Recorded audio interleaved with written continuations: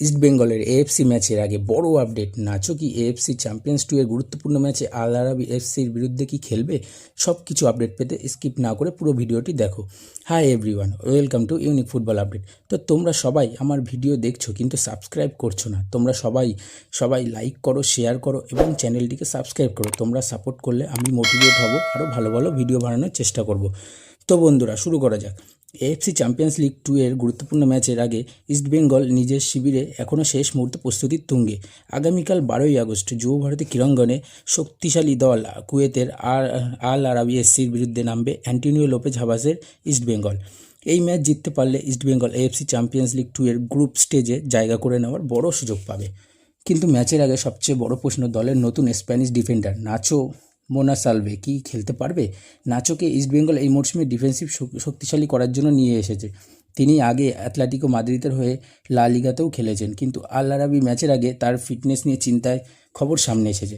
সর্বশেষ রিপোর্ট অনুযায়ী নাচোর ইনজুরি নিয়ে সন্দেহ রয়েছে এবং তিনি 12ই আগস্ট গুরুত্বপূর্ণ এএফসি ম্যাচটি মিস করতে পারেন। তাই শেষ মুহূর্তে ফিটনেস না আসা পর্যন্ত নাচোকে প্রথম একাদশে নাই দেখতে পাবো, হয়তো না বলা যায়।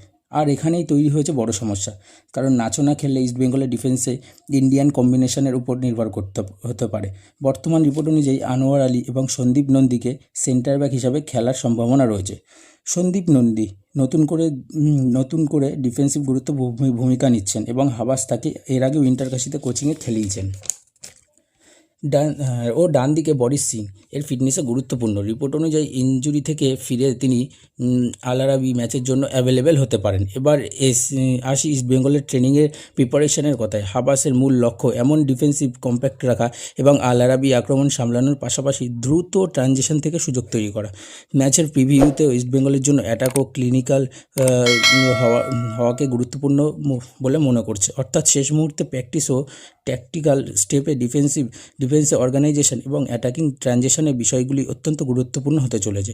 মিডফিল্ডে বড় ভরসা মোহাম্মদ রাশিদ এবং জিকসন সিং।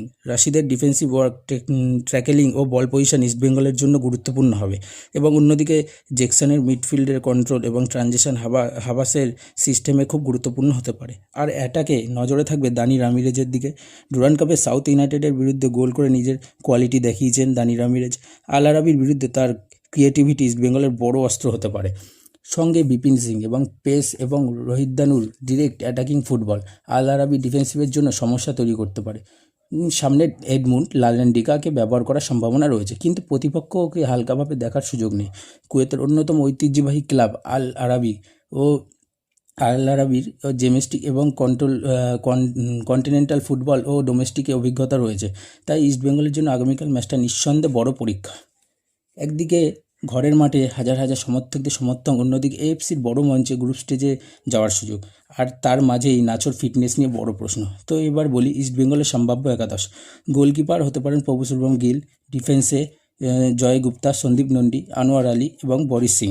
মিডফিল্ডে মোহাম্মদ রশিদ, জিকসন সিং, সামনে দানি রামিরেজ, এর সঙ্গে বিপিন সিং, রোহিত দানু এবং এডমুন্ডকে দেখা যেতে পারে।